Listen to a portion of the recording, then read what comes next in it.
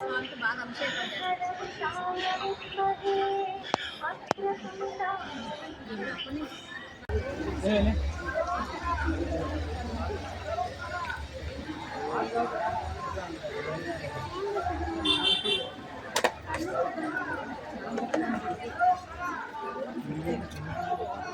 తీసుకొచ్చింది.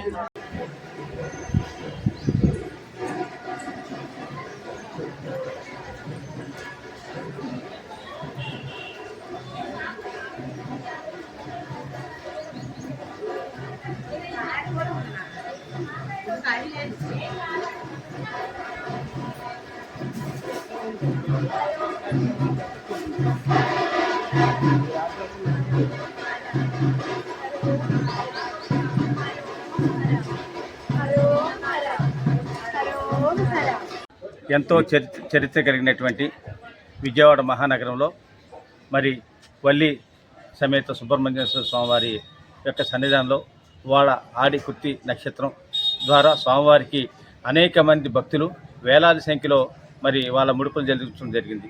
స్వామి కోరిన కోరికలు తీర్చేటువంటి స్వామి. ఇక్కడ స్వయంభూగా ఎప్పుడో మరి యుగాలుగా వెలిసినటువంటి స్వామి. ఈ స్వామి సంగతి మనందరికీ తెలిసిందే. సుబ్రహ్మణ్య స్వామి అంటే మనకుండేటువంటి దుర్గుణాలన్నీ తొలగించి మరి శత్రు పీడ నాశనం చేసి అంతా విజయం సాధించేటువంటి వ్యక్తిగా సుబ్రహ్మణ్య స్వామి మనం కొలుస్తాం. ఆ దిశగా ఈరోజు మహానగరంలో అదే కాకుండా దేశవ్యాప్తంగా కూడా ఎంతోమంది సుబ్రహ్మణ్య స్వామి భక్తులు కూడా హరహర హరోహం హరోహం అనేటువంటిది వినాదాలతో ఇవాళ మనం మారుమోగే విధంగా మనం చూస్తున్నాం.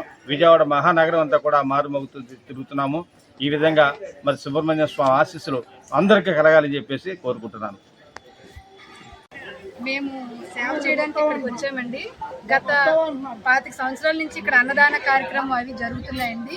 ఈరోజు ఆడకృతిక సందర్భంగా ఇక్కడ భక్తులందరూ రావడం, కావిళ్ళు పట్టుకొని భక్తులందరూ రావడం జరిగిందండి. ఇక్కడ అన్నదాన కార్యక్రమం కూడా జరుగుతుందండి. చాలా బాగా జరుగుతుందండి ఇక్కడ. అలాగే సౌకర్యాలు కూడా భక్తులకు అనుకూలంగా జరుగుతున్నాయండి. భక్తులకి ఏ అసౌకర్యాలు లేకుండా అన్ని సదుపాయాలు ఉన్నట్లుగా జరుగుతున్నాయండి. అలాగే అన్నదానం కూడా చాలా బాగా జరుగుతుందండి.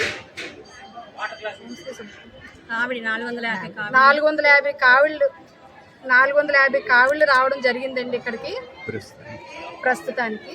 ఇంకా వస్తున్నాయండి. చాలా కోలాహలంగా ఉందని చాలా ఈ ఆలయం అంతా కూడా చాలా కోలాహలంగా ఉందండి.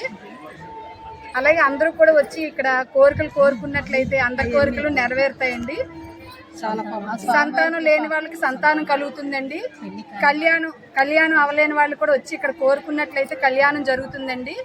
అన్ని కోరికలు కూడా నెరవేరుతాయండి. ఒక్కసారి వచ్చి అందరూ సందర్శించాలని కోరుకుంటున్నానండి.